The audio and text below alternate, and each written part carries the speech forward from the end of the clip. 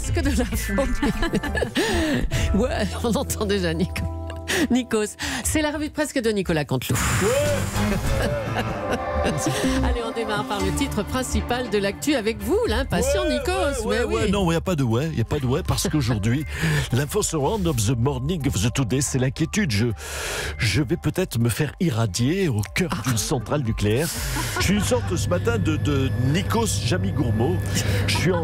Pour tout vous dire, chers auditeurs, je vais être transparent avec vous. Je suis en slip, en mule, au cœur du réacteur. Oula. Alors, pardon, monsieur, vous êtes ingénieur technicien, pardon. Monsieur, pourquoi je dois me mettre en slip et en mule, totalement, quasiment déshabillé, dans la plus simple tenue? Écoutez, monsieur Léagas, parce que vous allez être complètement irradié. Donc c'est mieux que vous soyez sans vêtements. Comme ça, une fois dehors, vous ne ramenez pas l'irradiation à l'extérieur à toutes nos équipes. Oh, putain. Ma petite maman chérie, mon tout petit frère adoré, je vais devoir vous quitter. Je vous embrasse de tout mon cœur d'enfant. Et Europe 1, c'est sympa. Merci de m'avoir laissé y aller tout seul. J'ai compris maintenant que tout seul, voilà, bande de lâches. J'aurais préféré un licenciement sec, si vous vouliez vraiment vous débarrasser de moi. Il y avait d'autres manières. En plus, j'ai pas vu arriver la déloc. Moi, je me suis dit, ouais, on est proactif, c'est la remontada, on y va, on va sur le terrain. Je crois que je me suis fait, voilà. Ok, à vous, Julie, j'irai jusqu'au bout. À demain, Nikos. Emmanuel Macron était à Bruxelles hier soir pour parler d'Europe. Il a notamment dîné avec les chefs d'État européens. Oui. Il a dîné, très bien. Il serait peut-être temps de payer l'audition maintenant. Hein, l'addition, oui, on ne fait pas l'étonner. L'addition de mon soutien subtil aux européennes, par exemple. Ségolène Royal. Alors, c'est vrai. C'est vrai qu'on a pu lire dans la presse que vous avez fait passer un message subtil quand vous êtes allé voir la pièce de Bernard-Henri Lévy au Théâtre Antoine, la Looking for Europe, avec Nathalie Loiseau d'ailleurs. Hein. Voilà, subtil, voilà.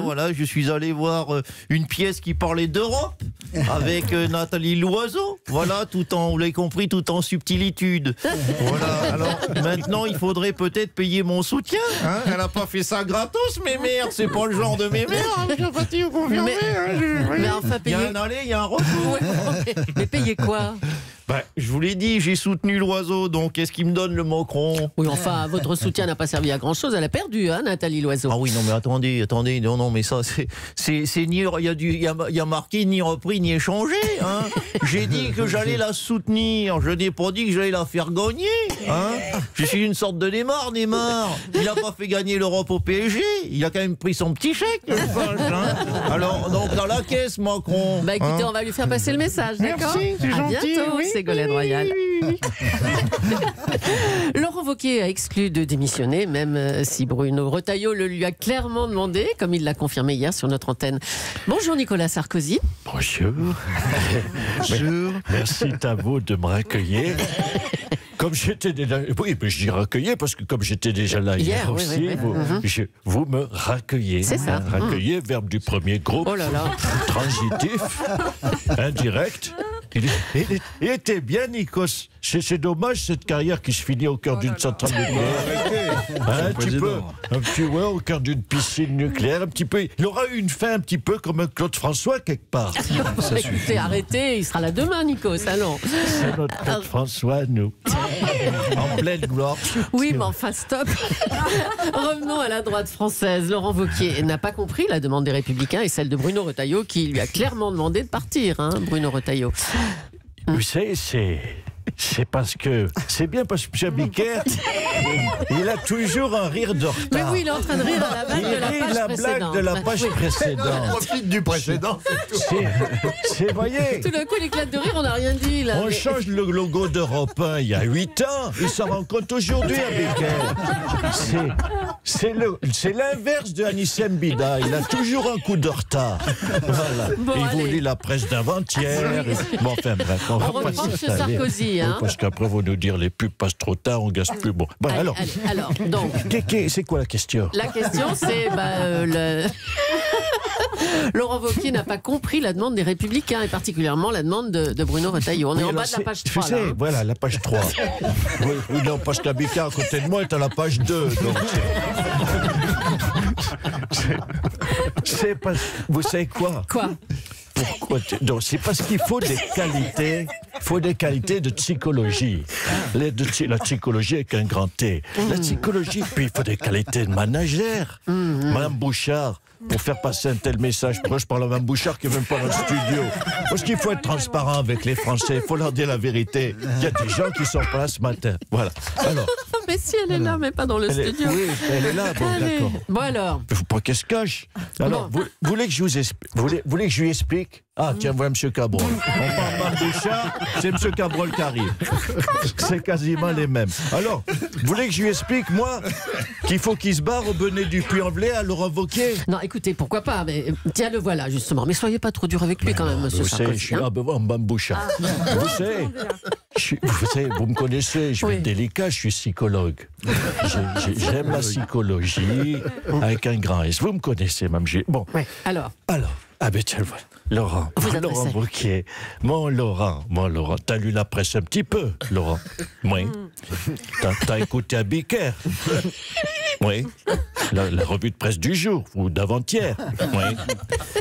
T'as vu ce qui était titré? Wauquiez, l'artisan de l'échec de la droite. Wauquiez, les mauvais choix. Wauquiez, dégage. Wauquiez, pauvre nul. T'en déduis quoi, toi, mon Lolo? Que j'en déduis, Nicolas? J'en déduis que les journalistes, c'est des gauchistes. D'accord. Je vous confirme, Mme Julie, ça va être peut-être plus compliqué que prévu. Non, mais essayez de lui faire comprendre, je sais pas moi, avec une métaphore peut-être, monsieur Ça, c'est une Sarkozy. bonne idée. Bonne idée. Allez-y, on je vous écoute. vais métaphorer. Je vais faire un métaphorisme pour qu'il comprenne. Lolo, reste là. Regarde-moi dans les yeux, mon Laurent. Imagine la droite. On imagine c'est un gros avion.